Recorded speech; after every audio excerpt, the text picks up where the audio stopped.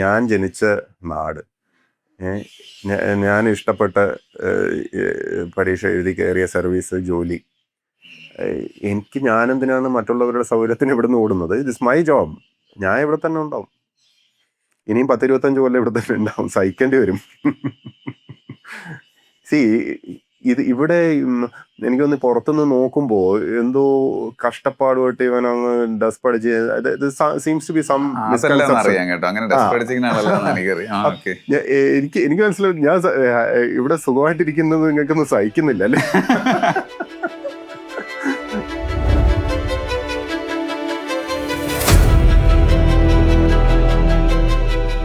എങ്ങനെ ഒരു IAS officer ആവരുത്, പഠിച്ചു കഴിഞ്ഞിട്ട് എങ്ങനെ ആയിരിക്കണം, അതിനെന്ത് ഉത്തരമായിരിക്കും പറയാനുള്ളത്? ഇത് 10-18 വർഷമായിട്ട് ഏതാണ്ട് എല്ലാ വർഷവും മസൂറി അക്കാഡമിയിൽ ഞാൻ ലെക്ചർ ചെയ്യാൻ പോകാറുണ്ട്. അതിൽ പലപ്പോഴും എടുക്കുന്ന ഓരോ വർഷവും എടുക്കുന്ന ടോപ്പിക്കോ അല്ലെങ്കിൽ തീമോ ഇതൊക്കെ ആയിട്ട് ബന്ധപ്പെട്ടിട്ട് തന്നെയാണ് പലപ്പോഴും എടുക്കാറ്. എന്താവരുത് എന്നുള്ളതാണ് പ്രധാനമായിട്ടും. എന്താവണം എന്ന് പറയുന്നതാണ് കുറച്ചുകൂടെ പോസിറ്റീവായിട്ടുള്ളൊരു കാര്യം. ഞാൻ എപ്പോഴും പറയുന്നത് പറഞ്ഞാൽ മനസ്സിൽ ഈ എമ്പതി കൊണ്ടുവരിക, കരുണയും ആർദ്രതയും കുറച്ചൊരു കമ്പാഷൻ കൊണ്ടുവന്നു കഴിഞ്ഞാൽ നിങ്ങളുടെ പല മറ്റ് പ്രശ്നങ്ങളും കറക്റ്റ് ചെയ്യാൻ പറ്റും. നിങ്ങൾ ഭയങ്കര ഒരു കിടിലം ബുദ്ധിജീവിയോ ഒരു ഭയങ്കരമായിട്ട് ഇംഗ്ലീഷോ ഇതൊക്കെ ഡ്രാഫ്റ്റ് ചെയ്യുകയോ അല്ലെങ്കിൽ ലീഗൽ സെൻസ് പോലും അധികം ഉണ്ടാവണമെന്നില്ല. പക്ഷേ നിങ്ങൾക്ക് കമ്പാഷൻ ഉണ്ടെങ്കിൽ, നിങ്ങൾക്ക് എമ്പതൈസ് ചെയ്യാൻ പറ്റുന്നുണ്ടെങ്കിൽ നിങ്ങൾ എടുക്കുന്ന ആ തീരുമാനം സത്യമായിരിക്കും, അത് ശരിയായിരിക്കും. കാരണം നിങ്ങളെ സഹായിക്കാൻ വേണ്ടി ജെന്യൂനായിട്ട് എടുക്കുന്ന ഒരു തീരുമാനമാണെങ്കിൽ അത് കറക്റ്റായിരിക്കും.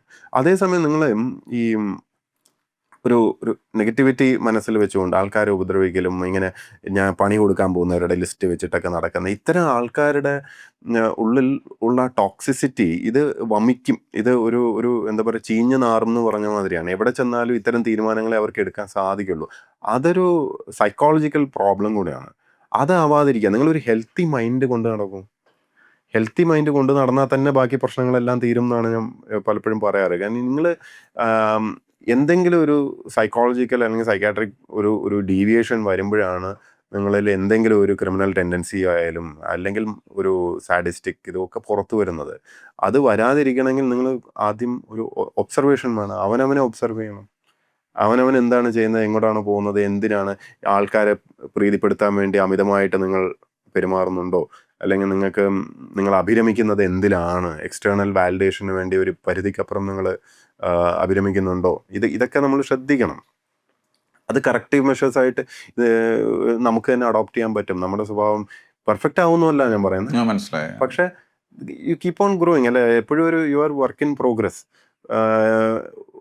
എൻ്റെ ഒരു ശരിക്കും പറഞ്ഞ ഒരു ആഗ്രഹം എന്ന് പറഞ്ഞാൽ, നമ്മൾ ഈ സർവീസ് വിടുന്നൊരു സമയം ആകുമ്പോഴേക്കും ഇതുപോലൊരു അവസരമില്ല. നമുക്ക് എത്ര പഠിക്കാൻ പറ്റുന്നതാണ്. മറ്റ് ജോലികളിൽ ഇല്ലാത്തൊരു വലിയ ഒരു ഗുണം എന്ന് പറഞ്ഞാൽ നിങ്ങൾക്ക് കിട്ടുന്ന ഇൻട്രാക്ഷനും ഈ സബ്ജക്റ്റ് നോളജും അവസരങ്ങളുമാണ്. ഇപ്പോൾ ഒരു ചെറിയ പ്രായത്തിൽ തന്നെ എത്രയോ ആൾക്കാരെ മീറ്റ് ചെയ്യാൻ പറ്റുകയാണ്, പ്രശ്നങ്ങൾ മനസ്സിലാക്കാൻ പറ്റുകയാണ്. നമ്മൾ ശരിക്കും ഗ്രൗണ്ടഡ് ആവും. നമ്മൾ എന്തുമാത്രം ഫോർച്ചുനേറ്റ് ആണെന്ന് മനസ്സിലാവും. നമ്മളൊന്നും പ്രത്യേകിച്ച് ചെയ്തിട്ടൊന്നുമല്ല നമുക്ക് പലതും കിട്ടിയിരിക്കുന്നത്. നമ്മുടെ സൗകര്യങ്ങളും മറ്റതും ഒക്കെ ജസ്റ്റ് കിട്ടിയതാണ്. നമ്മൾ അതിനുവേണ്ടി പ്രത്യേകിച്ച് ജനിക്കുന്ന സ്ഥലം, അച്ഛനമ്മമാർ, സൗകര്യങ്ങൾ, അല്ലേ, സാമ്പത്തിക ഭദ്രത, ഇത് പലതും നമുക്ക് you take it for granted. കേരളത്തിൽ പ്രത്യേകിച്ച് നമ്മൾ പലതും ടേക്കൺ ഫോർ ഗ്രാൻഡഡ് ആണ്. ഇതെല്ലാം കിട്ടി ഇനി നമ്മളിത് കുറച്ച് ഷെയർ ചെയ്യണം, മറ്റുള്ളവർക്കും വേണ്ടി എന്തെങ്കിലും ഗുണമുള്ള കാര്യം ചെയ്യണം എന്നുള്ളൊരു സോഷ്യൽ സയൻസിലോട്ടൊക്കെ വളർന്നു വന്ന് I really wish to do. നമ്മളൊരു പരിധി കഴിയുമ്പോൾ, കുറച്ചൊരു സീനിയോറിറ്റി ആകുമ്പോൾ, ഈ പറഞ്ഞ ടോക്സിസിറ്റി കൂടി വന്ന് ഒരു ചുറ്റുപാടുമുള്ളവരെയൊക്കെ പേടിപ്പിച്ച് ഒരു ഉപദ്രവകാരിയായി, എന്താ പറയുക, ഭയപ്പെടുത്തുന്ന ഒരു ഭീകരനാവാതെ കുറച്ചുകൂടെ ഒരു എന്താ പറയുക ഇവോൾവ് ആയ ഒരു ഹ്യൂമൻ ബീയിങ് ആവണം എന്ന് എനിക്ക് സത്യത്തിൽ ആഗ്രഹം. അത് പേടിപ്പെടുത്തുന്നുണ്ടോ ശരിക്കും? അതായത് എനിക്ക് ഇത് 2-3 ഇങ്ങനെ സൂചിപ്പിക്കും. മുമ്പ് ഒരിക്കലും ഞാൻ ഇന്റർവ്യൂ ചെയ്തപ്പോഴും ഇത് വേറൊരു രീതിയിൽ അത് പറഞ്ഞു പോയിട്ടുണ്ടായിരുന്നു. അതായത് എന്നിൽ ഈ പറയുന്ന പോലെ അത് എന്നിലേക്ക് കയറി വരരുത് എന്ന് ഒരു വരരുത് എന്നുള്ള ഒരു ആശങ്ക, അല്ലെങ്കിൽ അത് പേടിപ്പെടുത്തുന്നത് കൊണ്ട് തന്നെയാണ് ഒരു മുൻകൂർ അതിനുവേണ്ടി ഡിഫെൻഡ് ചെയ്യാനായിട്ട്. തീർച്ചയായിട്ടും. കാരണം ഈ സിസ്റ്റം അങ്ങനെയാണെന്നേ. ഇതിനകത്ത് ഇരിക്കുമ്പോൾ നിങ്ങൾ ശ്രദ്ധിച്ചാൽ അറിയാം, സീനിയോറിറ്റി കൂടി പോകും തോറും കേൾവി കുറയും, പറച്ചിൽ കൂടും, ഇപ്പം ഞാൻ സംസാരം കൂടുമെന്ന് ഞാൻ ഇടയ്ക്കിടയ്ക്ക് ചിന്തിക്കാറുണ്ട്. ഇപ്പോൾ സംസാരം ഇതിപ്പോൾ ഇൻ്റർവ്യൂ ആയതുകൊണ്ട് ഞാൻ പറയാം, പക്ഷേ യൂഷ്വലി ഇപ്പോൾ നമ്മൾ ഇരിക്കുന്ന ഒരു സർക്കിളിലാണെങ്കിൽ ഞാൻ സാധാരണ സംസാരം ബോധപൂർവ്വം ഒന്ന് കുറയ്ക്കാൻ ശ്രമിക്കാറുണ്ട്, മീറ്റിങ്ങുകളിലാണെങ്കിലും. കാരണം എനിക്ക് കേൾക്കണം. ഇതൊരു കോൺഷ്യസ് എഫേർട്ടാണ്. ഞാൻ നേരത്തെ പറഞ്ഞ നമ്മൾക്ക് എന്താണ് തെറ്റ് സംഭവിക്കുക എന്ന് ആദ്യം അറിയുമെങ്കിൽ നമ്മൾ അതിൻ്റെ കറക്റ്റീവ് മെഷേഴ്സ് എടുത്ത് പോവാമല്ലോ. നമ്മുടെ സ്വഭാവവും നമ്മുടെ ഒരു ക്യാരക്ടറോ മാറിപ്പോവാതിരിക്കാനുള്ള ശ്രമം നടത്താം. കാരണം ഈ ഗവൺമെൻറ്റിനകത്ത് ഈ ഹയർ സിവിൽ സർവീസിൽ ഇരിക്കുമ്പോൾ പവർ, പെർസീവ്ഡ് പവർ, അതോറിറ്റി, ഇതൊക്കെ കാരണം പലരും സത്യം നിങ്ങളുടെ അടുത്ത് വന്ന് പറയാൻ ധൈര്യപ്പെടില്ല, നിങ്ങൾക്ക് ഫീഡ്ബാക്ക് കിട്ടില്ല. ഈ മസിൽ പിടുത്തം കൂടുന്തോറും ആ ബാരിയേഴ്സ് കൂടിക്കൂടി വരികയുള്ളൂ. മറിച്ച് ഇൻട്രാക്ട് ചെയ്യുമോ, കൂടുതൽ ആൾക്കാരുമായിട്ട് സംസാരിക്കുകയും ഇടപഴകുകയും ചെയ്താൽ നിങ്ങൾ സത്യസന്ധമായിട്ട് സാറേ ഇന്നത്തെ മീറ്റിംഗ് മഹാ ബോറായിരുന്നു എന്ന് പറയാനുള്ള ഒരു ഫ്രീഡം കൊടുക്കണം. അല്ലെങ്കിൽ ഈ മീറ്റിംഗ് കൊണ്ട് ഒരു ഗുണം ഉണ്ടാവില്ല സാറേ എന്ന് മീറ്റിങ്ങിൽ തുറന്നു പറയാനുള്ള അവസരം കൊടുക്കണം. അല്ലാതെ അത് പറയുമ്പോഴേക്ക് അവനെ കണ്ണുരുട്ടി പേടിപ്പിച്ച് കഴിഞ്ഞാൽ പോയില്ലേ. ഒരു ഡിഫറെൻ്റ് ആയിട്ടുള്ള ഒപ്പീനിയൻ, നമ്മൾ ഈ പറയുന്നതിൽ നിന്ന് മുഴുവനും വ്യത്യസ്തമായിട്ട് വേറൊരു അഭിപ്രായം പറയാനാണെങ്കിൽ അതിനൊരു ഓപ്പർച്യൂണിറ്റി കൊടുക്കണം. ഇത് എന്തൊക്കെ പറഞ്ഞാലും പ്രായം കൂടുമ്പോഴും ഈ പറഞ്ഞ കൊണ്ട് അധികാരത്തിൻ്റെ ശ്രേണി മേലോട്ട് കയറും തോറും ഇത് തലയ്ക്ക് പിടിക്കാനുള്ള പോസിബിലിറ്റി ഹൈ ആണ്.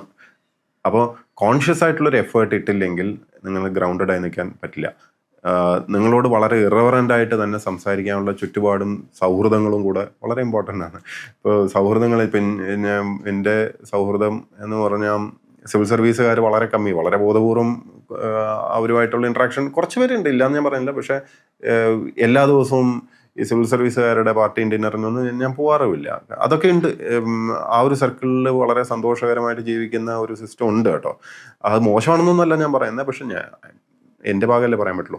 അപ്പോൾ അതിൽ നിന്ന് ഞാൻ മാറി നിൽക്കാൻ ആഗ്രഹിക്കുന്നത് എന്തുകൊണ്ടാണെന്ന് വെച്ചാൽ വേറൊരു സർക്കിൾ, പ്രത്യേകിച്ച് ആർട്ട്, ലിറ്ററേച്ചർ, മ്യൂസിക്, ക്രിയേറ്റിവിറ്റി, ഇതൊക്കെ ആയിട്ട് ബന്ധപ്പെട്ട് നിൽക്കുന്ന ആൾക്കാരുടെ ഒരു സർക്കിളിനകത്ത് കൂടുതൽ ടൈം സ്പെൻഡ് ചെയ്യുമ്പോൾ, പിന്നെ നമ്മുടെ സ്കൂൾ കാലഘട്ടം തൊട്ടേ ഉള്ള സൗഹൃദങ്ങൾ, ഇവരൊക്കെ ആയിട്ട് മീറ്റ് ചെയ്യുമ്പോൾ, ഇവരൊക്കെ എങ്ങനെയാണെങ്കിലും ഞാൻ ആഴ്ചയിൽ ഒരിക്കലെങ്കിലും കണ്ടുമുട്ടിയിരിക്കും.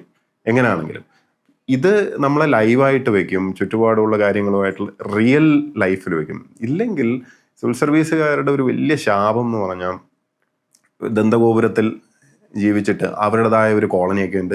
നിങ്ങൾക്കറിയാമല്ലോ. ആ ചുറ്റും അപ്പോൾ രാവിലെ എണീക്കുമ്പോൾ സാറെന്നും കുറച്ച് ഇറങ്ങിക്കോളും, വണ്ടി കയറിയിട്ട് ഓഫീസിൽ പോയി അവിടെയും സാറെന്നും പറഞ്ഞ് ജീവിതം നയിക്കുന്നു, തിരിച്ചു വന്ന് വീണ്ടും സാറെന്നും പറഞ്ഞ് കിടന്നുറങ്ങും. ഇത് ഓടുകയറവിടെ നിങ്ങളൊരു ഫേക്ക് ലോകത്താണ് ജീവിക്കുന്നത്. ഇങ്ങനെ വരുമ്പോഴാണ് ഇത് തമാശക്കാണെങ്കിലും കുറച്ച് സീരിയസ് ആയിട്ടുള്ള കാര്യമാണ് ഞാൻ പറയുന്നത്. കോവിഡ് കാലത്ത് ഒരു സർക്കാർ ഉത്തരവ് ഇറങ്ങിയായിരുന്നു. ഈ പച്ചക്കറികളും ഒന്നരാടം ദിവസം വിൽക്കാൻ വേണ്ടിയോ മറ്റോ പറഞ്ഞുകൊണ്ടൊരു ഉത്തരവ് ഇറങ്ങിയായിരുന്നു. അപ്പോൾ ഇതിൻ്റെ ഓർഡർ കണ്ടപ്പോൾ ഞാൻ കൊച്ചിയില്ല. അപ്പം ഞാൻ കണ്ടോണ്ട് അയ്യോ ഇതെന്തോ കാണിച്ചു. പച്ചക്കറി കടയിൽ പോയി ജീവിതത്തിൽ ഒരു പച്ചക്കറി മേടിച്ചിട്ടുണ്ടെങ്കിൽ നമുക്കറിയാം അവൻ്റെ കയ്യിൽ ഫ്രിഡ്ജും കോപ്പൊന്നും ഇല്ല. അപ്പം അവൻ 2-3 ദിവസത്തേക്കുള്ളതാണ് വാങ്ങുക. എന്നിട്ട് കുറച്ച് പച്ചയായിട്ടുള്ളത് മേടിച്ച് പതുക്കെ അത് അതിൻ്റെ എക്സ്പയറി ആവുമല്ലോ, പഴുക്കാൻ പോകുന്ന സമയമൊക്കെ ആകുമ്പോഴേക്കും അത് വില കുറച്ചിട്ട് അങ്ങനെ അങ്ങ് സോൾവ് ആവും. അപ്പോൾ ഒരു 3-4 ദിവസം കണ്ടിട്ടാണ് ഇവൻ കൊണ്ടുവരുന്നത്. ഒന്നരാടം ദിവസം പച്ചക്കറി കട തുറക്കാമെന്ന് പറഞ്ഞു കഴിഞ്ഞാൽ ഇവൻ പൂട്ടിപ്പോയില്ലേ, ഇവൻ എന്ത് ചെയ്യാൻ പറ്റും? അപ്പോൾ ഫ്രിഡ്ജും ഇതൊക്കെ ഉള്ളത് മാത്രം കച്ചവടം ചെയ്താൽ മതി എന്നാണോ എൻ്റെ അർത്ഥം? രണ്ട്, ഈ ഒന്നരാടൻ ആക്കിയോണ്ടുള്ള ലോജിക്ക് എന്താണ്? നമ്മൾ ഈ തിരക്ക് കുറക്കാൻ വേണ്ടിയാണ് ഈ ഓർഡറുകൾ ഇതൊക്കെ ചെയ്യുന്നത്. ഒന്നരാടാകുമ്പോൾ ഒന്നാമത് ഏത് ദിവസമാണെന്ന് എല്ലാവർക്കും അറിയാമോ? ഒരു ദിവസം ഇറങ്ങുമോ, ഇന്ന് പച്ചക്കറി ഇല്ലല്ലേ, അപ്പം ഇന്നില്ല. അതാത് ദിവസം മാത്രം വാങ്ങാൻ പൈസ കിട്ടുന്ന ആൾക്കാരും ഉണ്ട് ഈ നാട്ടില്. അപ്പൊ അവർ അന്ന് പോകുന്ന ദിവസം പൂട്ടിക്കിടക്കുകയാണ്. അടുത്ത ദിവസം വാങ്ങിയാൽ മതിയോ? അടുത്ത ദിവസം എന്ത് പറയുന്നേ? അപ്പൊ ഈ ഇതെന്തുകൊണ്ടാണെന്നറിയോ? ഇത്തരം സാധനങ്ങൾ ഡ്രാഫ്റ്റ് ചെയ്യുന്നവര് പച്ചക്കറി വരുന്നതെന്ന് പറഞ്ഞാൽ AC കാറിൽ ഡ്രൈവർ മേടിച്ചുകൊണ്ട് വരുന്നു എന്ന്, അതാണ് അവരുടെ മനസ്സിൽ. അവർ ജീവിതത്തിൽ ഇതൊന്നും കണ്ടിട്ടില്ല. സാധാരണക്കാരൊപ്പം ഇൻട്രാക്ഷൻ ഇല്ല. അപ്പം ഇങ്ങനത്തെ സാധനങ്ങളൊക്കെ ഡ്രാഫ്റ്റ് ചെയ്ത് വരും. ഇതെന്നിട്ട് എനിക്ക് ഓർമ്മയുണ്ട് നമ്മൾ ഗ്രൂപ്പിൽ ഇത് സംസാരിക്കുന്നതും. പക്ഷെ വാട്ടെവർ ഇറ്റ് ഈസ്, അതൊരു പരിധിക്കപ്പുറം നമ്മൾ ഇത് പറഞ്ഞിട്ടും കാര്യമില്ല. കാരണം ഇതൊക്കെ വലിയ ആൾക്കാർ, നമ്മുടെ സിസ്റ്റത്തിനകത്തുള്ള മറ്റൊരു തെറ്റിദ്ധാരണ എന്ന് പറഞ്ഞു കഴിഞ്ഞാൽ നിങ്ങൾ സീനിയർ ആവും തോറും നിങ്ങൾക്ക് വിവരം കൂടുന്നുള്ളൂ. കോമൺ സെൻസ് ആണ്, അങ്ങനെയല്ല എന്നറിയാലോ. ഇപ്പം ജൂനിയർ ഇപ്പോൾ വരുന്ന കുട്ടികളുണ്ട്, പിള്ളേരുണ്ട് സിവിൽ സർവീസിൽ. എന്താ ബുദ്ധി, സത്യം പറഞ്ഞാൽ എന്തുമാത്രം കഴിവാണെന്നറിയാമോ? ഇപ്പോൾ സിനിമയൊക്കെ ആയിട്ട് ബന്ധപ്പെട്ടുള്ളവർക്കറിയാം, ക്രിയേറ്റിവിറ്റി വളരെ ലൈവ് വയറായിട്ടുള്ള സാധനങ്ങളും കൊണ്ടുവരുന്നത് പിള്ളേരാണ് ഇപ്പം. നമ്മൾ കുറെ പ്രായമാവും തോറും എല്ലായിടത്തും പതുക്കെ ഫീൽഡ് ഔട്ട് ആവുകയാണ് ചെയ്യുക. നിങ്ങളുടെ ഉള്ളിൽ ആ ഒരു ഇത് കുറഞ്ഞു എന്ന് പറഞ്ഞിട്ട് പതുക്കെ ഫീൽഡ് ഔട്ട് ആവും. സിനിമയിൽ എത്ര പേര് ഫീൽഡ് ഔട്ട് ആയിരിക്കുന്നു അല്ലെ? ക്രിയേറ്റീവ് ഫീൽഡിൽ അഡ്മിനിസ്ട്രേഷൻ ഇസ് ഓൾസോ ക്രിയേറ്റീവ്. സത്യത്തിൽ അഡ്മിനിസ്ട്രേഷനും ക്രിയേറ്റീവ്. അല്ലാതെ ഇതൊരു സർജറി നടത്തുന്ന സർജന്റെ ടേബിൾ അല്ല. ഒരു സർജൻ ആണെങ്കിൽ ശരിയാണ്, ഒരു 60 വയസ്സൊക്കെ ആകുമ്പോഴേക്ക് ആ സർജന്റെ മിടുക്ക്, സർജറിയിലുള്ള മിടുക്ക് കൂടി വരും. ഭയങ്കര. അത് എന്തുകൊണ്ടാണ്? സ്പെഷ്യലൈസ്ഡ് ആണ്, ഒരു പെർട്ടിക്കുലർ പണിയാണ് ചെയ്തു പോകുന്നത്. പക്ഷെ ഒരു ജേർണലിസ്റ്റിനെ സംബന്ധിച്ചിടത്തോളം ഒരു പരിധിക്കപ്പുറം പോയി കഴിയുമ്പോഴേക്ക് നിങ്ങൾ ആ ഒരു ക്രിയേറ്റീവ് ജ്യൂസസ് ഒക്കെ കുറയും. എന്ന് വെച്ചാൽ എല്ലാവർക്കും അവർ മോശമാവുന്നല്ല ഞാൻ പറയുന്നത്. പക്ഷെ നിങ്ങൾ റിയാലിറ്റിയിൽ നിന്ന് കുറച്ച് കട്ട് ഓഫ് ആവാൻ തുടങ്ങും. കാരണം ഫീൽഡ് പോസ്റ്റിംഗ് കഴിഞ്ഞ് എത്ര വർഷം കഴിയുന്നു നിങ്ങൾ അത്രയും വിട്ടുപോയി. അല്ലെങ്കിൽ നിങ്ങൾ അത്ര എഫേർട്ട് എടുക്കണം, സാധാരണക്കാരുമായിട്ട് ഇടപഴകി നിൽക്കാനുള്ളൊരു എഫേർട്ട് എടുക്കണം. ഇതൊന്നും എടുക്കാത്തത് എന്തുകൊണ്ടാന്ന് വെച്ചാൽ നമ്മളതൊന്നും ചെയ്യേണ്ട കാര്യമില്ലല്ലോ. നമ്മൾ നമ്മുടെ കാര്യം നോക്കി രാവിലെ ഇങ്ങനെ സൂചിച്ച് ഇങ്ങനെ നടന്നാൽ മതി. നമ്മുടെ ഒരു കംഫർട്ട് സോണിനകത്ത് ഇരുന്നാൽ മതി. നമ്മുടെ കാര്യങ്ങളൊക്കെ ടേക്കൺ കെയർ ആണ്. പിന്നെ ജനങ്ങളുടെ പ്രശ്നം അതൊക്കെ ഉണ്ട്, അത് നോക്കാൻ രാഷ്ട്രീയക്കാരുണ്ട്, അവർ പറയട്ടെ. അവർ പറയുമ്പോൾ ഇന്ന് പറയുമ്പോൾ ഒരു കുഴപ്പം എന്താണെന്ന് വെച്ചാൽ ഈ രാഷ്ട്രീയക്കാർ അവരുടെ ബോധ്യത്തിൽ കറക്റ്റ് എന്ന് പറയുന്ന നല്ല കാര്യങ്ങളാണ്. അവർ ആക്ച്വലി അവരുള്ളതുകൊണ്ടാണ് ഇപ്പോഴെങ്കിലും ഈ സിസ്റ്റം ഇങ്ങനെ പോകുന്നത്. അത് ഉള്ളത് പറയണമല്ലോ. കാരണം രാഷ്ട്രീയക്കാരുടെ ആ ഒരു ജനങ്ങളുടെ ആ ഒരു സ്പന്ദനം അറിഞ്ഞിട്ട് അവർ പറയുന്ന പല കാര്യങ്ങളും വരുന്നതുകൊണ്ടാണ് കുറച്ചെങ്കിലും ഇങ്ങനെ സിസ്റ്റം പോകുന്നത്. അല്ലെങ്കിൽ ഈ ബ്യൂറോക്രസി എന്ന് പറഞ്ഞാൽ കൊളോണിയൽ കാലഘട്ടത്തിന് വേണ്ടി ഉണ്ടാക്കിയതാണ്. അതിൽ നിന്നൊന്നും പ്രതീക്ഷിക്കേണ്ട കാര്യമൊന്നുമില്ല. അത് ഇങ്ങനെയൊക്കെ തന്നെ ഉണ്ടാവുള്ളൂ. ഒരു എത്ര പച്ചക്കറി കച്ചവടക്കാരന്ന് ആ സമയത്ത് അവർ നശിച്ച് നാറാണക്കണ്ണെടുത്ത് പോയിട്ടുണ്ടെന്ന് അറിയാം. ഇതിന്റെ കണക്ക് വല്ലതും ഉണ്ടോ? എനിക്കിത് അറിയാൻ കാരണം എന്ന് വെച്ചാൽ തൃപ്പൂണിത്തുറയിൽ ഞങ്ങള് പച്ചക്കറി മേടിച്ചുകൊണ്ടിരിക്കുന്ന ഒരു അമ്മച്ചി ഉണ്ടായിരുന്നു. അവര് പൂട്ടിപ്പോയി, അവർക്കൊന്നും ചെയ്യാൻ വയ്യ. അപ്പം എന്നിട്ട് അവസാനം എൻ്റെ ഭാര്യയാണ് എൻ്റെ ATM നിന്ന് പൈസ എടുത്തിട്ടാണ് അവർക്ക് അവസാനം അവർ കുടുങ്ങിപ്പോയി, അവർക്ക് കൊടുത്തു വിടുന്നത് ഒരു എന്തെങ്കിലും ആവട്ടെ എന്നും പറഞ്ഞ്. ഇതുപോലെ എത്ര പേരുടെ ജീവിതം പോയിട്ടുണ്ടാവും? ബ്യൂറോക്രസിയുടെ ഒരു ലാക്ക് ഓഫ് നോളജ് കൊണ്ടാണ്. ഇതെല്ലാം ഓപ്പറേഷണൽ ഭാഗങ്ങളാണ്. ഇതൊന്നും ഒരു പൊളിറ്റീഷ്യൻ വന്ന് നോക്കില്ലല്ലോ. ഇത് ഈ തൊട്ടാനും പിടിച്ചാനും ഒക്കെ എങ്ങനെയാണ് നിങ്ങൾ ഈ റൂൾ ഇതിനകത്ത് ഡ്രാഫ്റ്റ്, പ്രത്യേകിച്ച് ഇതുപോലത്തെ ഒരു എമർജൻസി സിറ്റുവേഷൻ ഒക്കെ വരുമ്പോൾ ഇതൊക്കെ എങ്ങനെയാണ് ഡ്രാഫ്റ്റ് ചെയ്തിരിക്കുന്നത്, അതിൻ്റെ SOP എന്താണ്, ഇതൊന്നും നോക്കില്ല. അവർക്കതിന് ഇടപെടാനുള്ള പോളിസി തലത്തിലാണ് പൊളിറ്റീഷ്യൻസ് ഇടപെടാറ്. ഈ കൊച്ചു സാധനങ്ങൾ നമ്മൾക്ക് ഉത്തരവാദിത്ത ബോധത്തോടുകൂടെ ജനങ്ങളുടെ ആവശ്യം മനസ്സിലാക്കി ഡ്രാഫ്റ്റ് ചെയ്യാനോ ഇതാക്കാനോ പറ്റുന്നില്ലെങ്കിൽ അതിൻ്റെ അർത്ഥം you are cut off from reality എന്നുള്ളതാണ്. അങ്ങനെ ആവരുത്. സർവീസിലേക്ക് കയറി വരുന്ന സമയത്ത് ആദ്യത്തെ പണി എപ്പോൾ കിട്ടി എന്നുള്ളൊരു ചോദ്യം. കാരണം ഒന്നിലേറെ അനുഭവങ്ങൾ ഉണ്ടായിട്ടുണ്ടല്ലോ ഇതുവരെ. സിനിമാ ഡയലോഗ് കടമെടുത്തു കഴിഞ്ഞാൽ ഇപ്പം പിടികിട്ടി എന്ന് പറയുന്ന ഒരവസ്ഥയിൽ ഇങ്ങനെയാണ് ഇവിടുത്തെ ഒരു സംഭവം. അത് ആദ്യത്തെ അനുഭവം എന്തായിരുന്നു കിട്ടിയത്? നല്ല ചോദ്യം കേട്ടോ. ഇത് ഞാൻ വയനാട് ജോലി ചെയ്തുകൊണ്ടിരിക്കുമ്പോൾ, വയനാട് സബ് കളക്ടറായിട്ട് വർക്ക് ചെയ്യാം, മാനന്തവാടി. അപ്പം അന്ന് ഈ കയ്യേറ്റ ഭൂമികൾ മുഴുവൻ ഒഴിപ്പിക്കുകയാണ് നമ്മൾ അവിടുത്തെ. അപ്പോൾ ടൗണിനകത്തുള്ള കുറേ കയ്യേറ്റ ഭൂമികളെല്ലാം ഒഴിപ്പിച്ച് മാറ്റുകയാണ്. നല്ല കാര്യമല്ലേ? നമ്മൾ നോക്കുമ്പോൾ എന്താ പ്രശ്നം? അങ്ങനെ മാറ്റുമ്പോൾ അതിശക്തരായിട്ടുള്ള പലരെയും നമ്മൾ ഒഴിവാക്കേണ്ടി വന്നു, എടുത്തു മാറ്റി ഇതൊക്കെ ചെയ്തു. അപ്പോൾ അവിടുത്തെ ഈ എന്താ പറയുക, ഒന്ന് കട്ട് ചെയ്തോ, പ്രയോഗം കിട്ടുന്നില്ല. തീക്കട്ടയിൽ ഉറുമ്പരിക്കുക എന്ന് പറഞ്ഞ മാതിരി സബ് കളക്ടറുടെ ഇതുണ്ടല്ലോ, ഓഫീസ് കോമ്പൗണ്ടിൻ്റെ തന്നെ ഒരു ഭാഗം കയ്യേറിയിട്ടുണ്ടായിരുന്നു. അപ്പോൾ അത് തന്നെ ഒഴിവാക്കുന്നു. അപ്പോൾ കോടതിയിൽ കേസൊക്കെ ഉണ്ട്, അതിൻ്റെ ഇടയിൽ സ്റ്റേ മാറുന്ന മൊമെൻറ്റിൽ തന്നെ അത് നമ്മൾ ഒഴിവാക്കുന്നു, ഇതൊക്കെ ചെയ്യാണ്. അപ്പോൾ വളരെ ശക്തൻ എന്ന് പറഞ്ഞാൽ അവിടുത്തെ ശക്തൻ, വയനാട് വേറൊരു ലോകമാണല്ലോ അന്ന്.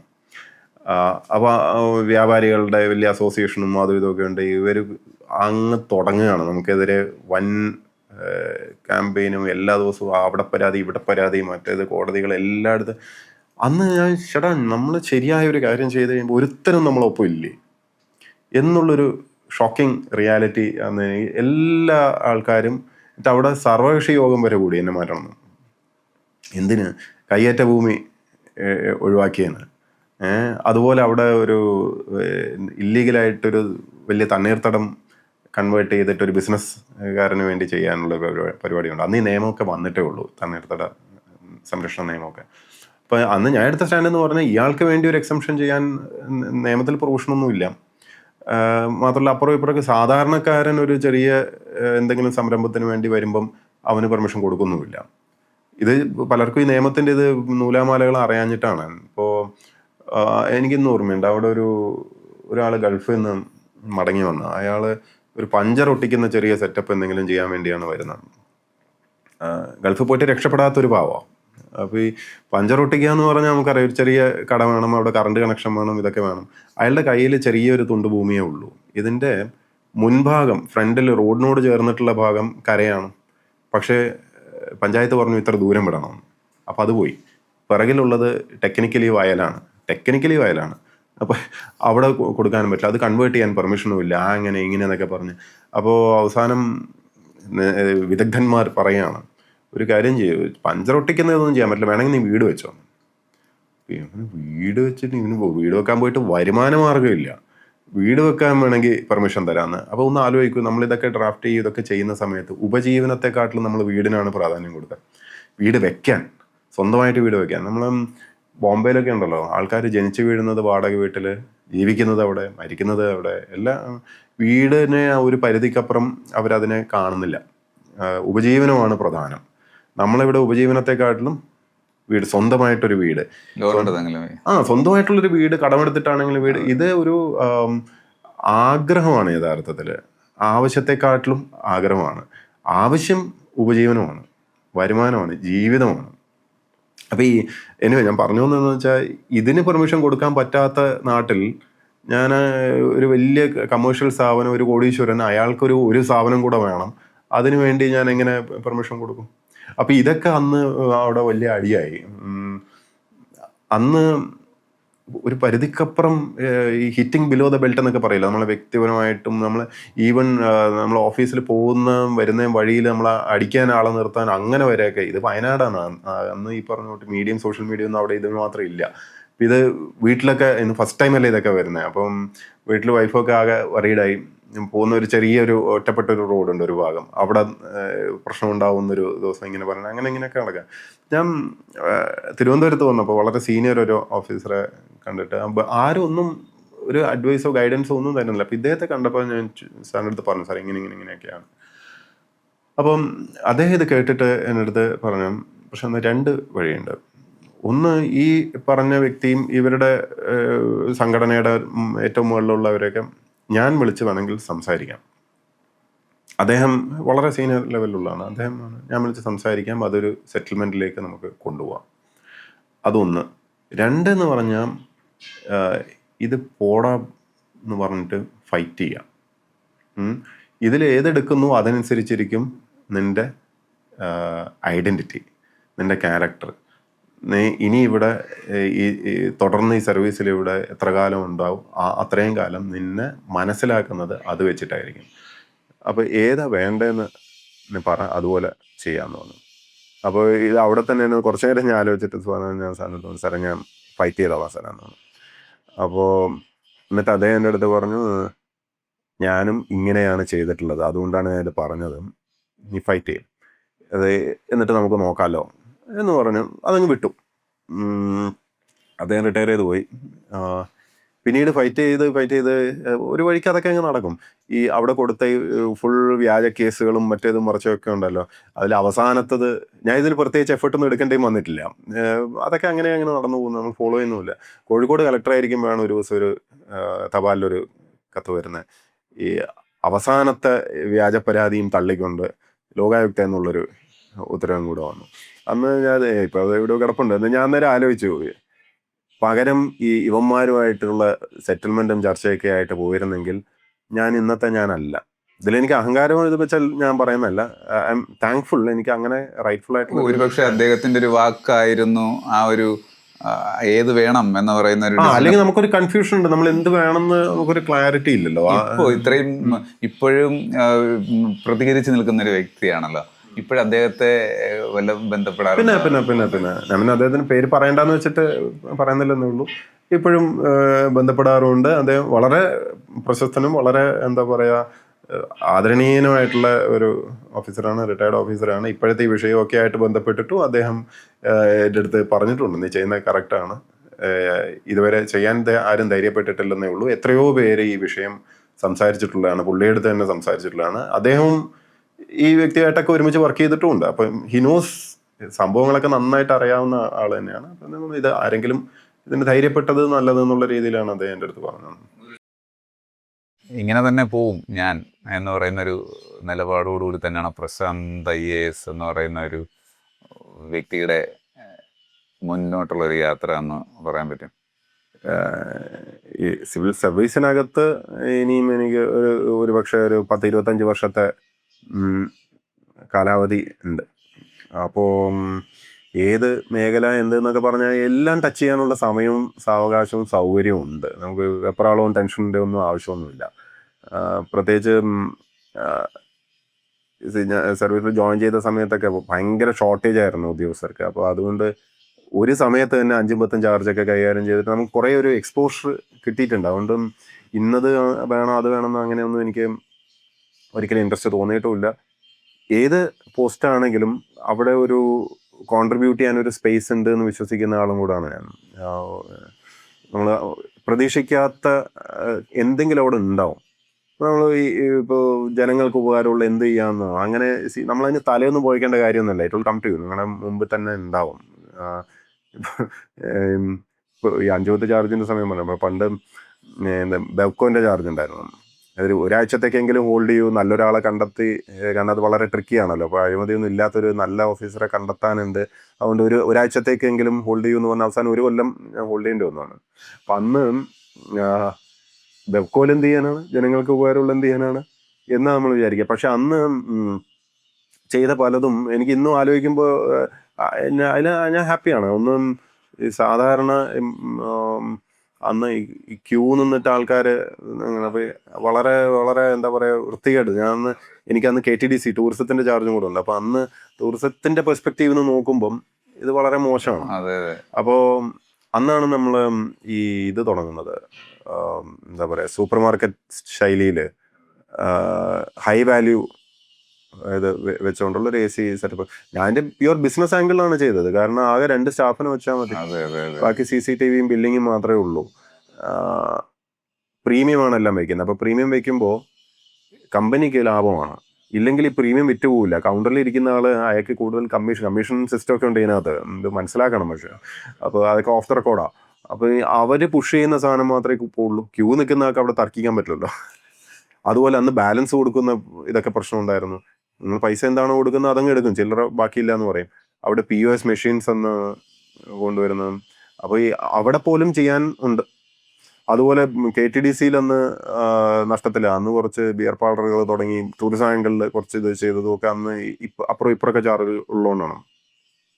അല്ലെങ്കിൽ ഇപ്പോൾ ഷിപ്പിങ്ങിൽ പോകുമ്പോൾ നമ്മൾ എവിടെ ചെന്നാലും അവിടെ സംതിങ് ടു കോൺട്രിബ്യൂട്ട്.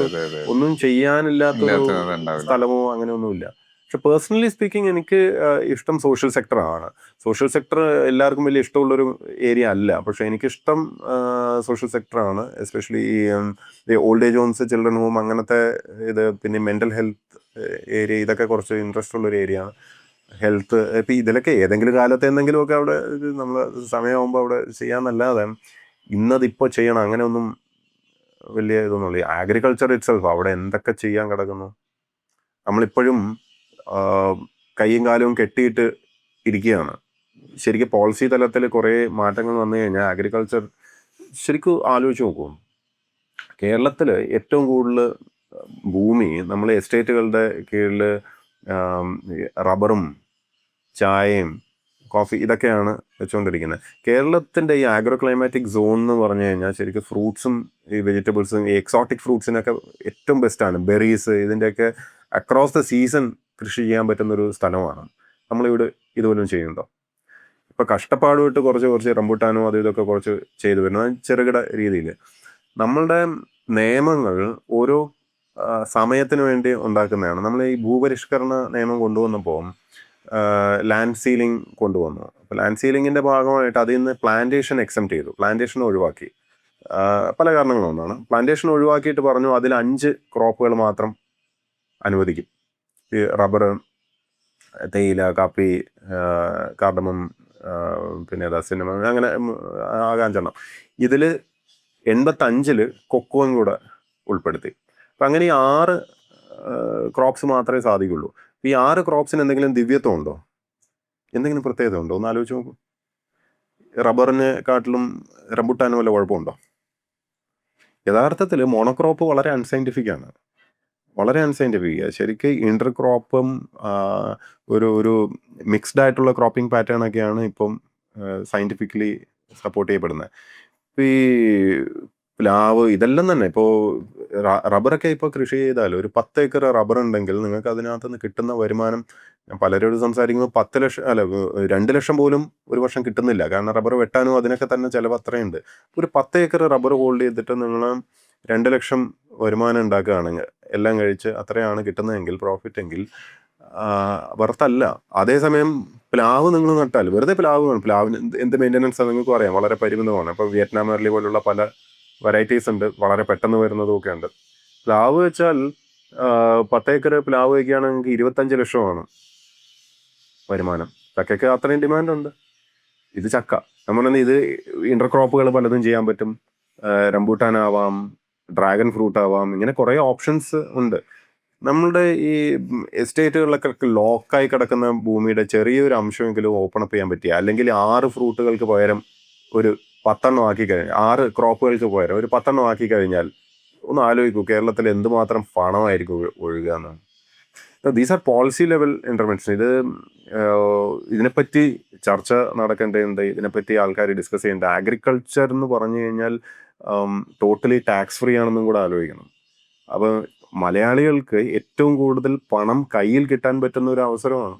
നമ്മളത് എന്തുകൊണ്ട് ചെയ്യാൻ പറ്റുന്നില്ല, സാധിക്കുന്നില്ല എന്ന് പറഞ്ഞാൽ നമ്മൾ നമ്മുടെ കൈ തന്നെ കെട്ടിവെച്ചിരിക്കുന്നത്.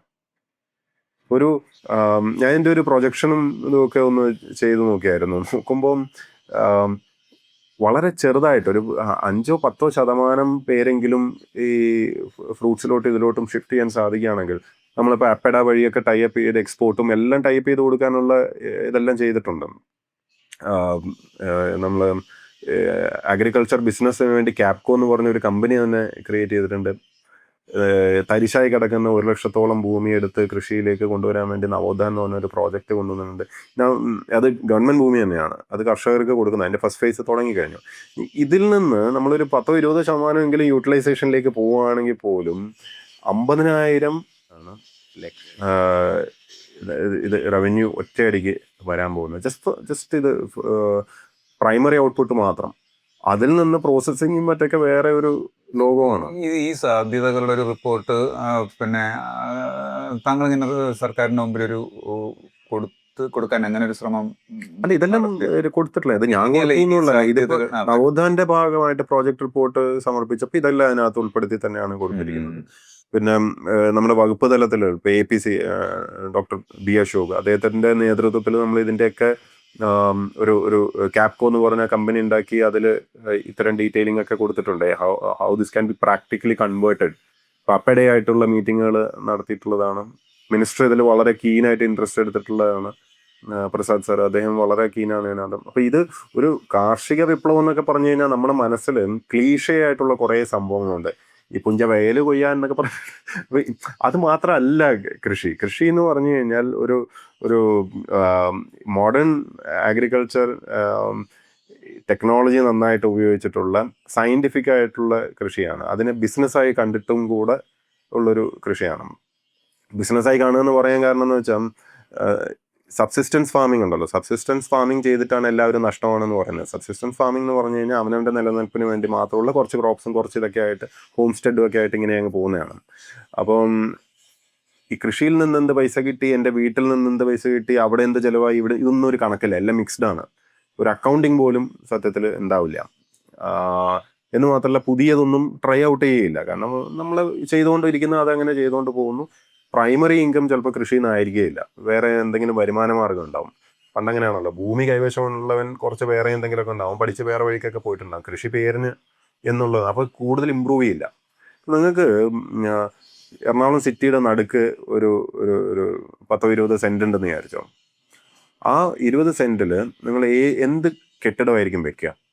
ആ 20 സെൻറ്റോ അല്ലെങ്കിൽ പോട്ടെ ഒരു 50 സെൻറ്റ് ഉണ്ട്, ഇത് നിങ്ങൾ അതിൽ നിന്ന് പരമാവധി പൈസ ഈടാക്കാൻ പറ്റുന്ന ഒരു കുറേ കാലത്തേക്ക് സസ്റ്റെയിൻ ചെയ്ത് പോകാൻ പറ്റുന്ന ഒരു പ്രോജക്റ്റാണ് അവിടെ ചെയ്യുക.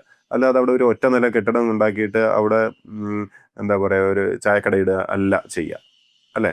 എന്ന് പറഞ്ഞ പോലെയാണ് ഒരു ഭൂമി, നല്ല ഒരു ഭൂമി കൃഷി ചെയ്യാൻ കിട്ടിക്കഴിഞ്ഞാൽ അതിൽ നിന്ന് പരമാവധി എങ്ങനെ എടുക്കാം എന്ന്, ഇതാണ് ബിസിനസ്. ബിസിനസ് തോട്ട് വെച്ചിട്ട് ഇതിനെ അപ്രോച്ച് ചെയ്ത് കഴിഞ്ഞാലേ ലാഭകരമാവുള്ളൂ. എന്ന് മാത്രമല്ല, നമ്മളിപ്പോൾ ഒരു ബിസിനസ് ചെയ്യുകയാണെങ്കിൽ സാധാരണഗതിയിൽ ഒരു കളിപ്പാട്ടങ്ങൾ ഉണ്ടാക്കുകയാണെന്ന് വിചാരിച്ചു. കളിപ്പാട്ടം ഉണ്ടാക്കുന്ന ബിസിനസ്സിന് ഞാൻ ഇറങ്ങുകയാണ്. ആദ്യത്തെ ബാച്ച് കളിപ്പാട്ടങ്ങൾ വിറ്റ് കഴിഞ്ഞപ്പോഴേക്കും അയ്യോ എനിക്ക് ഭയങ്കര ലാഭം ഉണ്ടായി എന്ന് പറയാൻ പറ്റും? ഇല്ല.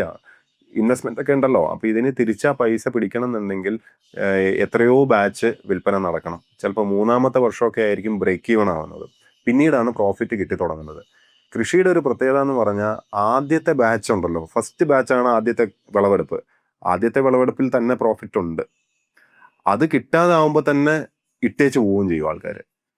അതാണ് വളരെ വിചിത്രമായിട്ടുള്ളത്. ചില ക്രോപ്സിനും ഇത് സയന്റിഫിക്കലി ഇതിന്റെ പിന്നാലെയൊക്കെ പോകുമ്പോഴാണ് പലർക്കും മനസ്സിലാവുന്നത്. ചില ക്രോപ്സിന് സൈക്കിൾ ഉണ്ട്, 3 ഇയർ സൈക്കിൾ ഉള്ളതുണ്ട്, ചിലത് 5 ഇയർ സൈക്കിൾ ഉള്ളതുണ്ട്.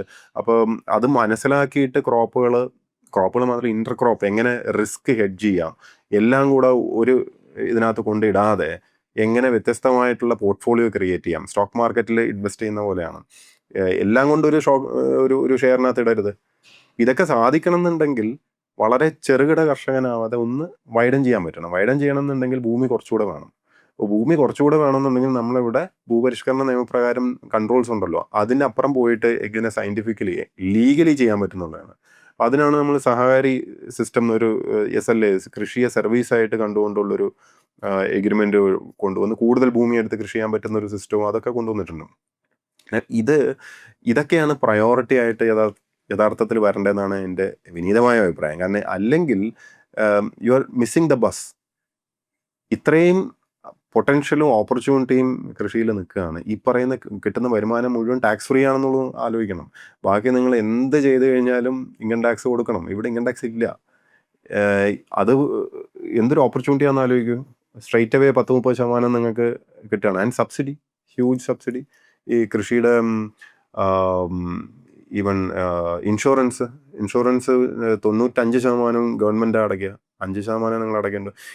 ഇതെല്ലാം സപ്പോർട്ട് സിസ്റ്റം തരുന്നത് നമ്മളിത് ഉപയോഗപ്പെടുത്താനാണ്. നിങ്ങൾ കേരളത്തിൻ്റെ ജസ്റ്റ് പുറത്തോട്ട് ഇറങ്ങിയാലും ഇപ്പം ബാംഗ്ലൂരിൽ നിന്നൊക്കെ IT കുട്ടികൾ രാജിവെച്ച് കൂട്ടത്തോടെ മറ്റേ ബാംഗ്ലൂരിൻ്റെ ചുറ്റുവട്ടത്തും മറ്റൊക്കെ ആയിട്ട് പല രീതിയിലുള്ള കൃഷികളിലേക്ക് പോവുകയാണ്. അവർ വളരെ അഭിമാനത്തോടെ കർഷകരാണെന്ന് പറയുകയും ചെയ്യണം. ഹൈഡ്രോപോണിക്സ്, മറ്റ് ടെക്നോളജികൾ ഉപയോഗിച്ചിട്ടുള്ള മൈക്രോ ഗ്രെയിൻസ്, ഇതിനകത്തൊക്കെ പൈസ ഉണ്ട്. കുറച്ച് പേരെ ഇത് മനസ്സിലാക്കുന്നുള്ളൂ. ഇപ്പോൾ ഞങ്ങൾ കൃഷി വകുപ്പിൻ്റെ അവാർഡൊക്കെ കിട്ടിയ ഒരാളുണ്ട് കഴക്കൂട്ടത്ത്. അവിടെ അദ്ദേഹം എനിക്ക് തോന്നുന്നു 5-10 സെൻറ്റ് ഭൂമിയാണ്. അദ്ദേഹം IT അവിടെ ജോലി ചെയ്യാണ്, ടെക്നോ പാർക്കിൽ ജോലി ചെയ്യാണ്. പക്ഷേ ഈ ഒരു കൃഷിയുടെ സിസ്റ്റം ഉണ്ട്. എല്ലാം IoT ബേസ്ഡ് ആണ്. എല്ലാം മൊബൈലിനകത്തു നിന്നാണ് വളം മറ്റേത് എല്ലാം ഇവിടെ കുത്തിയാൽ മതി. അവിടെ എല്ലാം ഓട്ടോമേറ്റ് ചെയ്ത് വെച്ചിരിക്കുകയാണ്. 10 സെൻറ്റിനകത്ത് ചെയ്തിരിക്കുക. ഹൈഡ്രോപോണിക്സ് ആണ്. അതിൽ നിന്ന് 1.5 ലക്ഷം വെച്ചാണ് മാസം കിട്ടുന്നത്.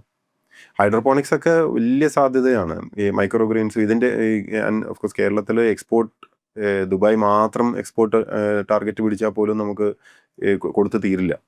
കേരളത്തിൽ തന്നെ കൊടുക്കാനില്ല. കേരളത്തിൽ 40 ലക്ഷം മെട്രിക് ടണ്ണാണ് ഫ്രൂട്ട്സ് ആവശ്യമുള്ളത്. നമ്മൾ 20 പോലും ഉണ്ടാക്കുന്നില്ല. വെജിറ്റബിൾസും അതുപോലെ തന്നെ എനിക്ക് തോന്നുന്നു 30 മറ്റോ ആണ് വേണ്ടത്. 30 ലക്ഷം മെട്രിക് ടണ്ണാണ് വേണ്ടത്. അതുമില്ല. അതിനകത്തും ആകെ ഇവിടെ ഉള്ളത് ഇതാണ് ബനാന. ഈ പച്ചക്കറിയായിട്ടും വെജിറ്റബിളായിട്ടും നമ്മൾ എന്ത് നോക്കിയാലും വാഴ കാണിക്കും. But gap is huge. ഞാൻ പറഞ്ഞാൽ എപ്പോഴും ഇതിനെ ഒരു ഓപ്പർച്യൂണിറ്റി ആയി കണ്ട് എടുത്ത് അതിനകത്ത് മാക്സിമൈസ്. കാരണം ആൾക്കാർക്ക് പൈസ കയ്യിൽ കിട്ടണം. സാധാരണക്കാരൻ്റെ കയ്യിൽ പൈസ കിട്ടിയാലേ അവനത് സ്പെൻഡ് ചെയ്യാൻ പറ്റുള്ളൂ. അപ്പോഴാണ് ടാക്സും കൂടുക, അല്ലേ? ടാക്സ് വരുമാനം കൂടുന്നത് അങ്ങനെയാണ്, ബോയൻസിയിലൂടെയാണ് കൂട്ടുക. അല്ലാതെ ടാക്സിൻ്റെ റേറ്റ് കൂട്ടിയിട്ടല്ല. നമ്മൾ ടാക്സ് റേറ്റ് കൂട്ടി പോകും തോറും മനുഷ്യൻ്റെ ജീവിക്കാനുള്ള അല്ലെങ്കിൽ സ്പെൻഡ് ചെയ്യാനുള്ള പൈസ കുറഞ്ഞു വരും. മാത്രമല്ല ഈ ഓവർ ഹെഡ്സ് വർദ്ധിക്കാൻ തുടങ്ങും. ഞാനിപ്പോൾ ഒരു ബിസിനസ് സ്ഥാപനം തുടങ്ങണമെന്ന് വിചാരിക്കും, എന്തെങ്കിലും തുടങ്ങാൻ വിചാരിക്കുന്നു, ഒരു കെട്ടിടം പണി, അപ്പോൾ ബിൽഡിംഗ് ടാക്സ് കൂട്ടി എന്ന് പറഞ്ഞാൽ അപ്പോൾ തന്നെ എനിക്ക് തോന്നും എന്ത് മെനക്കേടാണ്. ഓരോ സ്റ്റെപ്പിലും ടാക്സ് വർദ്ധിക്കും തോറും നമ്മുടെ ഓവർ ഹെഡ്സ് വർദ്ധിച്ച് വരും. ഇതൊന്നും കൂടാതെ നമ്മുടെ നാട്ടിലുള്ള പ്രത്യേകതരം വേറെ ഓവർ ഹെഡ്സും ഉണ്ട്. അപ്പോൾ ഒരു മനുഷ്യനെ നമ്മളെ ഡിസ്കറേജ് ചെയ്യാതെ ടാക്സ് ബ്രേക്ക് കൊടുത്ത് ബോയൻസി വർദ്ധിപ്പിച്ചിട്ടാണ് സർക്കാരിൻ്റെ വരുമാനം യഥാർത്ഥത്തിൽ കൂട്ടേണ്ടത്. അപ്പോൾ ആ ഒരു അപ്രോച്ചിലേക്ക് വേണം. ഇതെല്ലാം ഞാൻ പറഞ്ഞില്ലേ, ഈ ബ്യൂറോക്രസി ജനങ്ങളുമായിട്ട് കണക്ട് മെയിൻറ്റെയിൻ ചെയ്തെങ്കിൽ മാത്രമേ ബ്യൂറോക്രസിയും ഇങ്ങനത്തെ സജഷൻസ് പറയുള്ളൂ. ആ കണക്ട് ഇല്ലാത്ത ബ്യൂറോക്രസിയെ സംബന്ധിച്ചിടത്തോളം അവർ പിഴിയാനാണ് സജസ്റ്റ് ചെയ്യുക. മാക്സിമം പിഴിയാം, നമുക്ക് പിഴിഞ്ഞെടുക്കാം. കാരണം നമ്മുടെ കയ്യിൽ അല്ലെങ്കിൽ സർക്കാരിൻ്റെ കയ്യിൽ പൈസ വന്നു കഴിഞ്ഞാൽ ഞങ്ങൾക്കേ അറിയുള്ളൂ എല്ലാം എന്ന ഒരു ധാർഷ്ട്യം കൂടെ ഉണ്ട്. ഞങ്ങൾക്കാണ് എല്ലാം അറിയാവുന്നത്. നിങ്ങൾ പൈസയൊക്കെ സർക്കാരിന് തരും, ഞങ്ങൾ പറഞ്ഞു തരാം എന്ത് ചെയ്യണം, ഞങ്ങൾ ചെയ്തു തരാം. ഇപ്പം നിങ്ങൾ മറിച്ച് നിങ്ങൾക്ക് പൈസ തരാം, നിങ്ങൾ പോയി ചെയ്തോ എന്ന് പറയുന്ന ആ ഒരു ലിബറലായിട്ടുള്ളൊരു അപ്രോച്ച് വന്നാൽ എവ്രിവൺ വിൽ ബി ഹാപ്പി. സർക്കാരിൻ്റെ എഫിഷ്യൻസി എപ്പോഴും കുറവായിരിക്കും. നമ്മൾ മിടുക്കരാണെന്ന് നമ്മൾ വിശ്വസിക്കും, പക്ഷേ നമ്മളത്ര മിടുക്കരല്ല എന്നുള്ളതാണ് സത്യം, അപ്രിയമായിട്ടുള്ള സത്യം എന്ന് പറയുന്നത്.